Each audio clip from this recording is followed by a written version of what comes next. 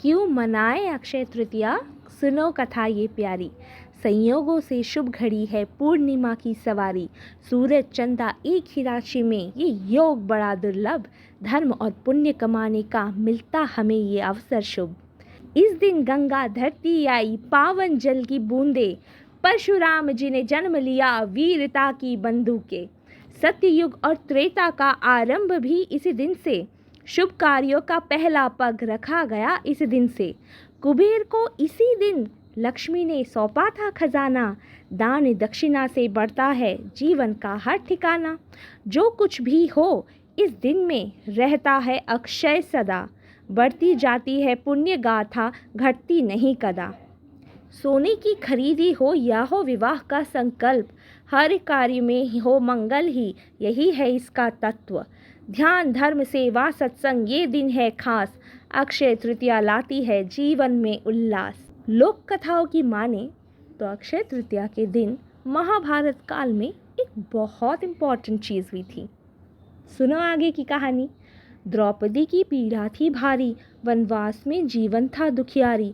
अतिथि आते भूख सताती, रसोई में अब कुछ ना भाती। आंखों में आंसू मन में डर, कैसे बचे ये कुल का घर। तब याद आई सखा की बात, जिससे जुड़ी थी हर सौगात।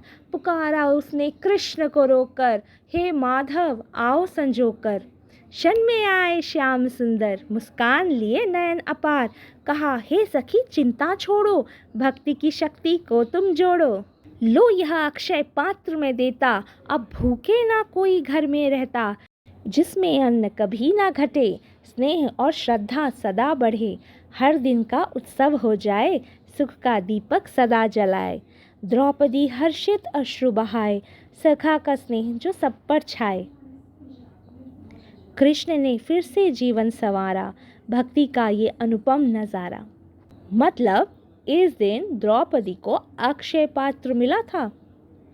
इसीलिए मान्यता है बहुत सारे लोग अक्षय तृतीया के दिन कलश परचेज करते हैं, जो रेप्लिका माना जाता है उस अक्षय पात्र का।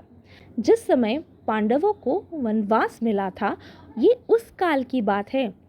इस समय श्री कृष्ण द्वारा ये अक्षय पात्र द्रौपदी को प्रदान किया गया था। वनवास काल में बहुत सारे ऋषि मुनि रोजाना द्रौपदी और पांडवों की कुटीर में विजिट किया करते थे, क्योंकि वो वनवास में थे। और वनवास उस समय बहुत सारे ऋषि मुनि, बहुत बड़े बड़े तपस्वी वनवास में रहते थे। तो ऐसे ही एक दिन दुर्वासा ऋषि उनके शिष्यों को लेकर द्रौपदी के आश्रम में आए। और श्री दुर्वासा ऋषि के बारे में प्रचलित है कि वे बहुत क्रोधी स्वभाव के थे। तो ऋषि मुनियों के दिए हुए श्राप कहीं ना कहीं अल्टीमेटली अंत तक मनुष्य का भला ही कर जाते थे। लेकिन भय तो लगता ही है, भय लगना तो मनुष्य का स्वभाव है। तो द्रौपदी भी भयभीत हो गई। तो अब क्या करें, कहाँ से इनके लिए भोजन लाए, हम तो वनवास में हैं और घर का तो सारा अन्न खत्म हो चुका है। उस समय सच्चे मन से अपने सखा को स्मरण किया द्रौपदी ने, जिन्होंने वचन दिया था कि जब जब भी आवश्यकता हो एक बार बस स्मरण कर लेना, वहीं पहुंच जाऊंगा तुम्हारी सहायता के लिए।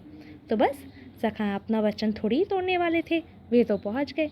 अब द्रौपदी ने तो व्यथा सुना दी अपनी कि घर की स्त्रियों को तो अन्नपूर्णा कहा जाता है, लेकिन देखिए आज मेरे द्वार पे ऋषि मुनि आए हैं, लेकिन हम उनका पेट तक नहीं भर सकते। हम कहाँ हैं और अन्नपूर्णा, हम कहाँ हैं और घर की लक्ष्मी। अब कृष्ण कैसे अपने भक्त का दुख देख पाए। तो कृष्ण ने कहा, अरे ऋषि मुनियों की क्या बात कह रही हो तुम, मैं इतनी दूर से तुमसे मिलने आया हूँ, मुझे तो बहुत भूख लगी है। पहले तो तुम मेरा पेट भरो, मेरा पेट भरना ही होगा, मुझे बहुत भूख लगी है, बहुत भूख लगी है, बहुत भूख लगी है। अब द्रौपदी तो यही सोच रही है कि मैंने तो मेरी हेल्प के लिए इन्हें पुकारा था, ये तो उल्टा आके कहने लग रहे हैं कि भूख लग रही है।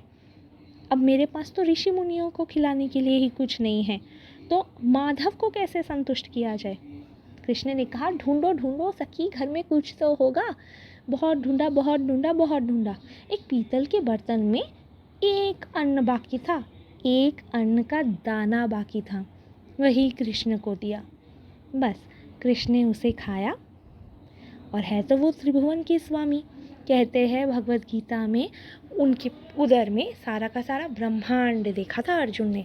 इसका अर्थ है उनके उदर में वो दाना गया, भक्ति की संतुष्टि उन्होंने पाई। एक दाने से क्या किसी का पेट भरता है, लेकिन जिस भाव से द्रौपदी ने उन्हें वो दाना दिया, उस प्रेम से ही अपना पेट भर लिया। और क्योंकि उनके उदर में पूरा ब्रह्मांड है, उस समय पूरा का पूरा ब्रह्मांड संतुष्ट हो गया। इसी बात की मान्यता से आज तक भगवान जी को भोग लगाते हैं उनके भक्त कि पहले आप पा लीजिए, आप पाकर पूरा विश्व संतुष्ट हो जाएगा। किसी की भूख नहीं रहेगी, कोई भूखो ना सोएगा। हाँ, आज प्रैक्टिकली अगर हम देखें तो क्या कोई भूखा नहीं सोता, लेकिन ये भावना, ये मैनिफेस्टेशन ही कितनी सुंदर है कि इन्हें भूख लगाए, ताकि क्योंकि हम तो हर एक इंसान के पास रीच नहीं कर सकते। ये तो एक इंसान होने के नाते हमारी लिमिटेशन है। लेकिन जब हम त्रिभुवनपति को भोग लगा रहे हैं, हमारी भोजन का एक हिस्सा हम पहले उन्हें अर्पित कर रहे हैं, तो कहीं ना कहीं भगवान जी आप भोग लेके, भगवान थोड़ी अपना पेट भरने के लिए खाएंगे, लेकिन इस अन्न का भोग स्वीकार करके किसी न किसी भूखे तक आप अन्न पहुंचा दीजिए। और कहीं ना कहीं इसी कारण कभी भंडारी की मदद से, कभी गुरुद्वारों में लंगरों की मदद से बहुत सारे भूखों तक भोजन पहुंचा भी देते हैं ईश्वर। तो इतने पवित्र भाव से अक्षय तृतीया मनाई जाती है हमारे यहाँ। इस कथा का मूल उद्देश्य भक्ति और विश्वास की शक्ति को दिखाना है। जहाँ द्रौपदी की पुकार पर कृष्ण स्वयं उपस्थित हो गए। भक्ति में जब आवाहन सच्चा हो तो कृष्ण ज़रूर आते हैं। कृष्ण ने फिर अग्निदेव से प्राप्त अक्षय पात्र द्रौपदी को सौंपा। ऐसा पात्र जिससे जब तक एक बार द्रौपदी ने स्वयं भोजन नहीं कर लिया होता है, तब तक वह बर्तन कभी खाली नहीं होता। ऋषि मुनियों की, दुर्वासा मुनि जी की, उनके शिष्यों की भूख मिट गई और द्रौपदी का आत्मविश्वास भी लौट आया। यह अक्षय पात्र दरअसल युधिष्ठिर को सूर्य देव द्वारा दिया गया था, परंतु इसके उपयोग का रहस्य श्री कृष्ण ने बताया। कई बार ईश्वर हमें कई सारे टैलेंट्स देके भेजते हैं, लेकिन आपका कोई प्रिय सखा, आपका मेंटोर ही उन टैलेंट्स का रहस्य आपको बताता है। इसीलिए उनकी बात पर गौर करना बहुत ज़रूरी है। ईश्वर हमेशा उनकी मदद करते हैं जो दूसरों की मदद करना चाहते हैं और सच्चे मन से उन्हें पुकारते हैं। कृष्णाय वासुदेवाय हरये परमात्मने प्रणतः क्लेशनाशाय गोविंदाय नमो नमः।